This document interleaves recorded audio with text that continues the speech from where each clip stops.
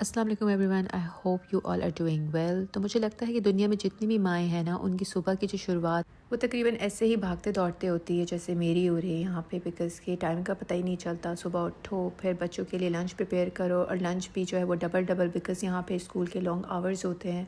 और फिर आपको समझ नहीं आता कि आप एवरी डे नया बच्चों को क्या दो कि वो खा लें आराम से। बिकॉज़ बच्चे जो है ना बहुत पिकी होते हैं, तो उनके हिसाब से उनसे पूछ कर अ डे बिफ़ोर फिर जो है उनको लंच और उनका स्नैक देना पड़ता है। यहाँ पे मेरी सिस्टर अपने बच्चों के साथ ईसा को स्कूल ड्रॉप करने जा रही है। फिर मैंने ईसा को सी ऑफ करने के बाद सोचा कि मैं अपनी मॉर्निंग वॉक कर लूँ।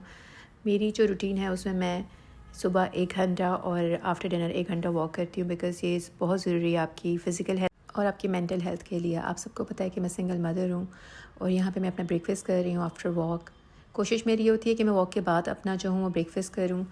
और मैंने आपको पहले भी बोला था कि अगर आप लोग चाहते हैं कि मैं आपको अपना डाइट प्लान बताऊं तो प्लीज़ मुझे कमेंट में लाजमी बताइएगा। सॉरी, लास्ट वीडियो में मुझे पता ही नहीं चला और मेरा कमेंट सेक्शन जो है वो ऑफ़ हो गया। मेरी बहन ने मुझे बताया, हुनैन ने, कि आप लोग मेरी वीडियो को एंजॉय कर रहे हैं। आई प्रॉमिस यू कि मैं पूरी कोशिश करूँगी अपनी वीडियो वॉइस ओवर को इम्प्रूव करने की। अभी आप सुन सकते हैं कि मेरा गला थोड़ा ख़राब है, लेकिन इंशाल्लाह मैं इस पर वर्क कर रही हूँ और आपको मैं डेफ़िनेटली कोशिश करूँगी कि अच्छा कंटेंट दूँ। और यहाँ पे जो है माशाल्लाह सब कुछ अच्छा जा रहा था। बच्चों ने खूब एंजॉय किया, पूल डे किया, फ़न किया। और नेक्स्ट मॉर्निंग जो है वो ईसा इतने सिवियर रैश के साथ उठा। मुझे नहीं पता कि ये ऐसा क्यों हुआ, क्योंकि पूल डे ये काफ़ी बार कर चुके हैं।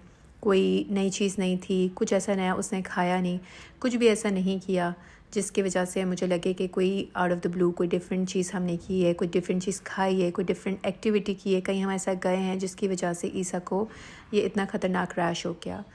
बेचारा ने बड़ी कोशिश की इसको कवर अप करने की, बर्दाश्त करने की, लेकिन ये मेरी बर्दाश्त से बाहर था कि बेचारा मेरा बच्चा बिल्कुल निढाल पड़ा हुआ है, बुखार इसको मैं उसी वक्त एमरजेंसी लेकर गई।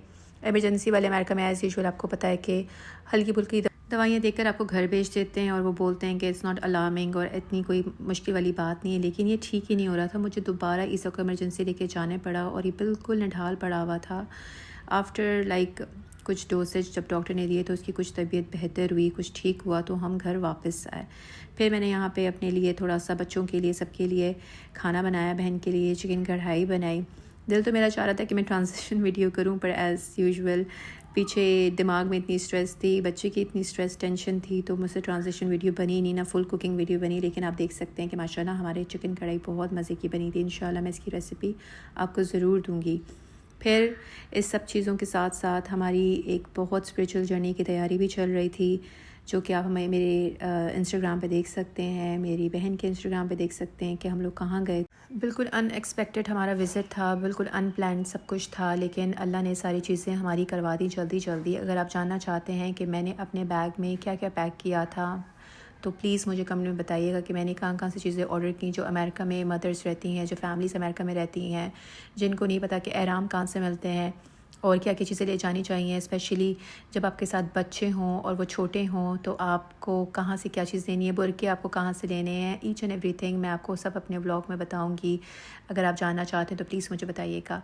उसके बाद साथ साथ उम्र के साथ साथ मेरी जो है वो पाकिस्तान वापस जाने की भी प्लानिंग चल रही, तो इसलिए जो है वो कमरा इतना ज़्यादा आपको फैला हुआ और गंदा नज़र आ रहा है, क्योंकि मेरी जो है वापस पाकिस्तान जाने की प्लानिंग चल रही थी। मुझे अमेरिका में गुड 4 मंथ्स हो गए थे, और अब जो है वो टाइम था कि वापस मैं पाकिस्तान जाऊँ, क्योंकि मैं पाकिस्तान जो हूँ ऑलमोस्ट 6-7 ईयर्स अगो मूव हो गई थी। बिकॉज़ कि अमेरिका बहुत अच्छा है, सब कुछ है, आपको वहाँ पे सारी सहूलतें हैं, लेकिन पता नहीं क्यों मुझे वहाँ पे वो सुकून नहीं है जो मुझे पाकिस्तान में, वो अपनाइत नहीं है। वहाँ पे कांस्टेंट स्ट्रेस है, कांस्टेंट एक एक आपके साथ कुछ ना कुछ चल रहा होता है। आपको कभी कुछ करना है, कभी कुछ करना है, कभी कोई काम है, कभी कोई चीज़ है, मतलब बहुत कुछ है। फिर आप कहीं ना कहीं अपने बच्चों को निगलेक्ट कर देते हो। अगर आप स्टे होम मॉम नहीं हो, अगर आप वर्किंग मॉम हो, तो आप कहीं ना कहीं अपने बच्चों को निगलेक्ट कर देते हो, अपने बच्चे को वो टाइम, वो सब कुछ नहीं दे पाते हो जिनकी उनको ज़रूरत होती है। तो इसलिए वन ऑफ़ द रीज़न था कि मैं वापस पाकिस्तान मूव हो गई। और फिर एज़ यूजुअल ईसा के रैश ठीक नहीं हो रहे थे, मुझे उसको दोबारा इमरजेंसी लेके जाना पड़ा, और डॉक्टर ने इसको स्टेरॉइड्स पे लगा दिया। जब मैं इसके अपने फिजिशियन के पास गई, हम इमरजेंसी बार बार जा रहे थे, वो कुछ हेल्प नहीं कर रहे थे, they were not helpful at all, तो मुझे इसके फिजिशियन के पास जाना पड़ा। तो उसने उसको स्टेरॉइड दिए। वो स्टेरॉइड्स कोई ऑलमोस्ट मेरे बच्चे ने कोई 10 दिन खाए हैं, और आप देख सकते हैं कि किस तरीके से खुजा रहा है, कितना परेशान है।